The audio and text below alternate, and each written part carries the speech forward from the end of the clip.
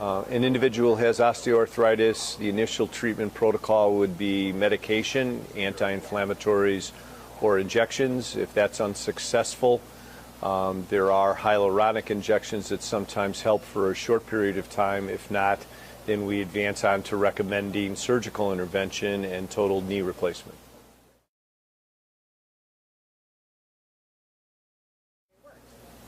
This is a knee replacement. You're looking at the knee on end in front.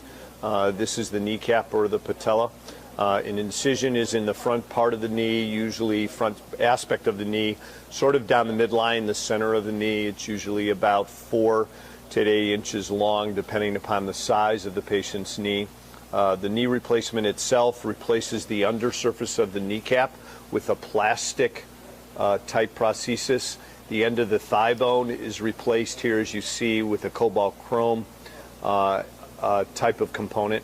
The tibia component has plastic on top and then titanium on the bottom.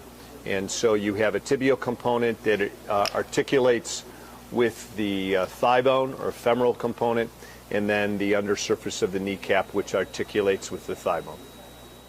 The surgery has advanced quite a lot in the last few years, where it's fairly straightforward. It takes anywhere from an hour to hour and a half. The patients are able to walk the day of surgery. The hospital stay is short, usually 2 to 3 days. After a short period of time of rehab, they're able to drive at 2 weeks and then advance on to a physical therapy program for up to 2 to 3 months. I think that's when I'm most satisfied, when after I've completed a total knee or total hip replacement, we're now 2 to 3 months down, the patient is back to all their activities, are doing well, and it's like, oh my God, doctor, I should have been in here 5 years ago.